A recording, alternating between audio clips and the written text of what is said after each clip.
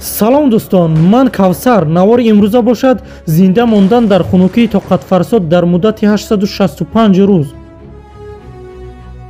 филм дар асоси саргузашти воқеӣ ба навор гирифта шудааст ва соли 2022 ҳамчун филми ҳуҷҷатӣ ба намоиш гузошта шуд ва дар бораи ду муҳаққиқи далер гуфта мешавад, ки мехостанд кашфиёти гумшудаеро дар қутби шимолии хунукии тоқатфарсо ҷустуҷӯ кунанд. онҳо дар ин ҷустуҷӯ бо чӣ хатарҳо дучор шуданд, чӣ ба сарашон омад, дар давоми навор хоҳед дид.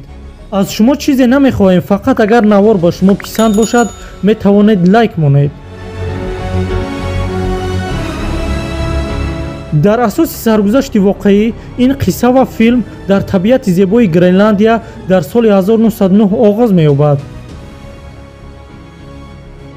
дар байни барфу яхбандии зиёд арӯбаи босагҳо ҳаракат мекарданд, ки онҳоро капитан бо номи Эйнар Микелсон роҳбарӣ мекард. муҳаққиқи даниягӣ бисёр хуб медонист, ки ба зудии зимистон меояд. ӯ яке аз наҷотёфтаҳои киштии ғарқшудаи кашфиёт Алабама баҳрнавард Йоргенсонро мебурд. онҳо дар торикӣ расиданд. нафарони дигари гурӯҳ бо чароғ онҳоро пешвоз гирифтанд. захмиро ба дарун дароварданд. ба захмӣ барои тоб оварданаш маҳлули спиртнокро доданд ва капитан Микелсон ангуштҳои сармозадаи пои баҳрнавард Йоргенсонро бурид.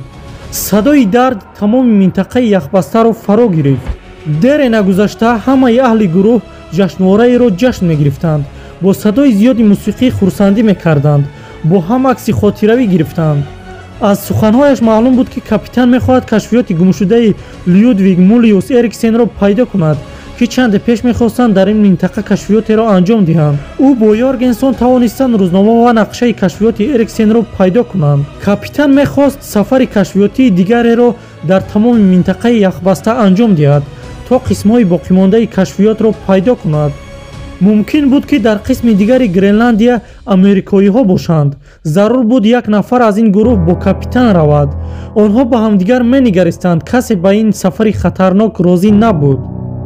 рӯзи дигар нафаре пайдо шуд, муҳандиси ҷавон Ивер Иверсон.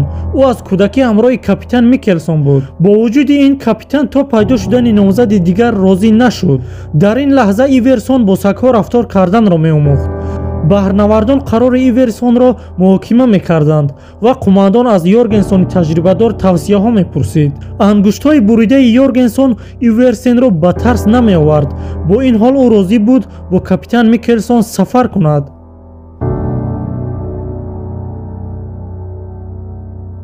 дар аввали рӯзи сафар кардан, пеш аз роҳ баромадан, капитан Эйнер Микелсон ва Ивер Иверсон акси хотиравӣ гирифтанд. онҳоро як сафари хатарнок дар тамоми минтақаи яхбаста интизор буд. ин ду марди далер бо ду самокат бо сагҳо ба пеш ҳаракат мекарданд. то бегоҳ онҳо ба кӯҳе рӯбарӯ шуданд, ки убур кардан аз ин кӯҳ хело мушкил буд. билохир онҳо тавонистанд ин деворро гузаранд. дар боло Иверсони ҷавон минтақаи зебои яхбастаеро дид. капитан гуфт: тамошо кун, ба куҷо бояд равем. шаб Иверсон ба капитан гуфт: ман рӯзномаи дар бораи кашфиёти гумшударо хондам. аммо капитан Эйнар Микелсон ба ӯ таваҷҷӯҳе намекард. Микелсон якбора чароғро хомӯш кард. Иверсон аз муомилаи қумандон бо ӯ намедонист чӣ кор кунад ва сурудхонӣ мекард ва фаҳмид, ки сардори кашфиёти гумшуда дӯсти капитан буд. дар сафари гузашта мурдаи як нафари онҳоро аз зери яхҳо пайдо карда буд, аммо ду нафари дигар куҷо буданд, касе намедонист. саҳар капитан Микелсон ба шогирдаш тарзи тез ҳаракат кардани самокатҳоро ёд дод.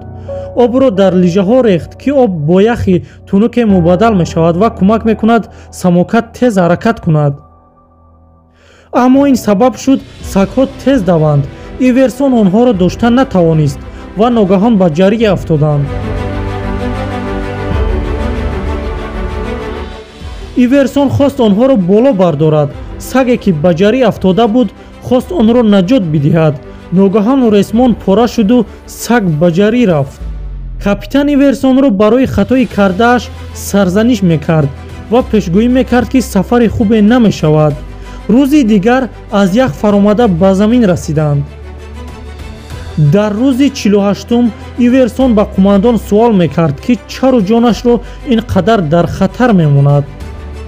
Капитан Микелсон баъди хомӯшӣ мегӯяд: ба нақшаи Гренландия нигар, ҷавобатро мегирӣ, мо бо сабаби Гренландия машҳур шуда метавонем. онҳо ба харитаи Эриксон нигоҳ карда роҳро давом медоданд. рафтан дар замин бо самокат хело мушкил буд. Иверсон бо мушкилӣ сагҳою самокатро мекашид. Капитан ҷое нишаста буд ва ба ҳама тараф нигоҳ мекард. дар ҳеҷ ҷое изи муҳаққиқони кашфиёти гумшуда набуд. капитан Микелсон ҳама қаҳрашро ба сари Иверсон холӣ мекард. ӯро гунаҳгор мекард ки ин асбоби хӯрокпазиро ту вайрон кардаӣ. Иверсон ин асбобро таъмир кард. капитан яке аз сагҳои худро паронд, то сагҳои дигар аз гуруснагӣ намиранд. сагро тоъмаи рафиқонаш кард. дар рӯзи 84-ум ҳамаи ашёҳои таъминотии онҳо тамом шуд. Иверсон дар ин фикр буд ки бо сабаби тамом шудани ашёҳо шояд баргардему аз ин сафари хатарнок даст мекашем.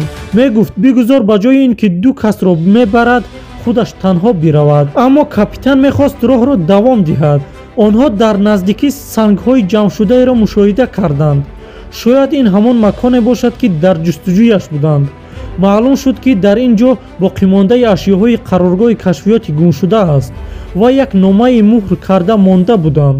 дар ин нома Эриксон навишта буд ки мо ба минтақаи заминӣ расидем барои ҷустуҷӯи ҳайвонҳои заминӣ вақте ки хӯрокамон тамом шуд.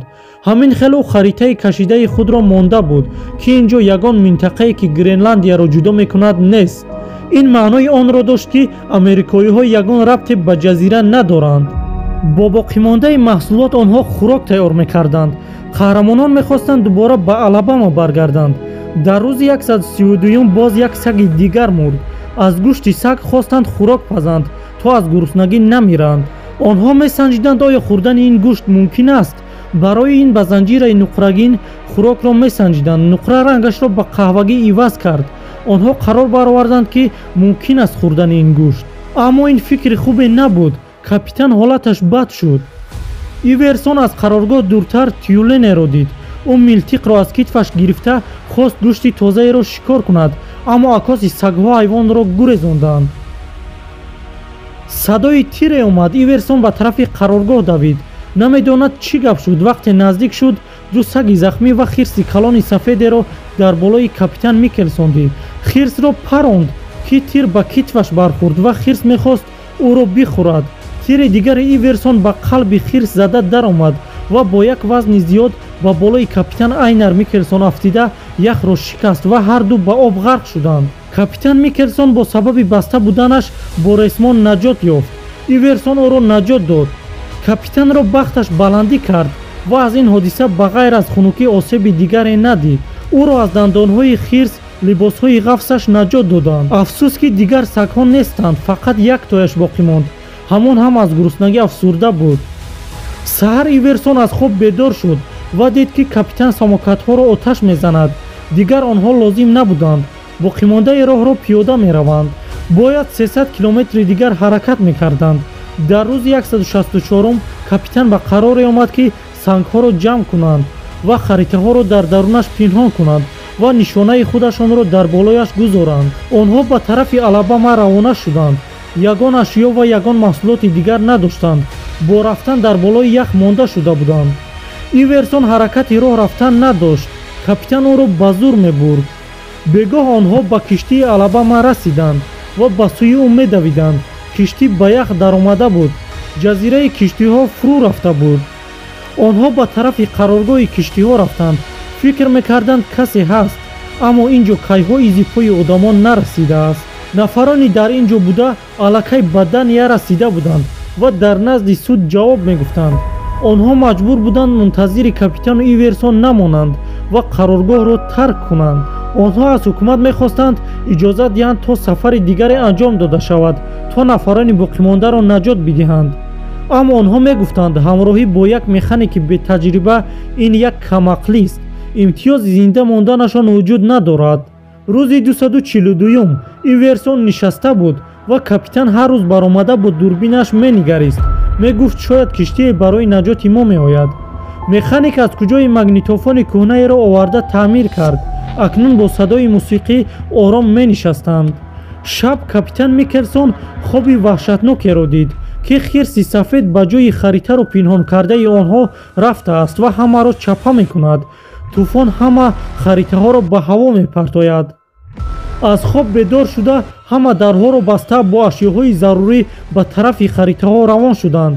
ҳатто дар ин ҷо нишонае ҳам намонданд. капитан мехост то замоне ки ба ҷустуҷӯи онҳо меоянд бармегарданд. ба он ҷо расиданд. хоби ӯ дар ҳақиқат рост баромад. чизе хост ин ҷоро вайрон кунад. хушбахтона рӯзномаҳо харитаҳо осеб надидаанд. ҳангоми баргаштан ба автомобил кашфиёчиёни Эриксон бархӯрданд. дар рӯзи 471 онҳо ба қароргоҳи Алабама баргаштанд. барф дар баъзе ҷойҳо намонда буд. тумани ғафс ҳамаро пӯшида буд. касе дар ин ҷо будааст. дарҳои баста кушодаанд. дар болои миз номае мондаанд. онҳоро кофтанд, аммо ягон изи пои онҳо пайдо нашуд. капитан дубора қаҳрашро бар сари Иверсон холӣ мекард. фикри инро намекунад ки ҳангоми рафтан Иверсони ҷавон хост нишонае монанд. худаш нахоста буд. ҳозир бошад мегӯяд ки ман намондам. дар Дания ба вазир хабар доданд ки онҳо зиндаанд ва онҳо буданд ки дарҳоро баста ба дигар ҷо рафтаанд. хостанд дубора бо киштӣ ба он ҷо раванд, аммо вазир иҷозат надод. муҳаққиқон боз як ҷашнвораи дигареро дар Гренландия дар ҷазира ҷашн мегирифтанд.